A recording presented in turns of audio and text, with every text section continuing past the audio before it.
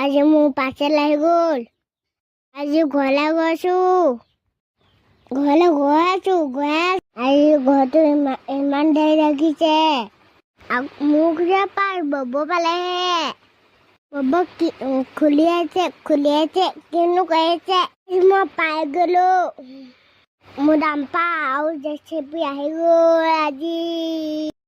মোৰ বাচ্চানে ড্ৰাইভৰ মোক লাগিছিলে। যদি ইয়াতে তাৰ কৰি যাবা। গাড়ীখন খুলি আছোঁ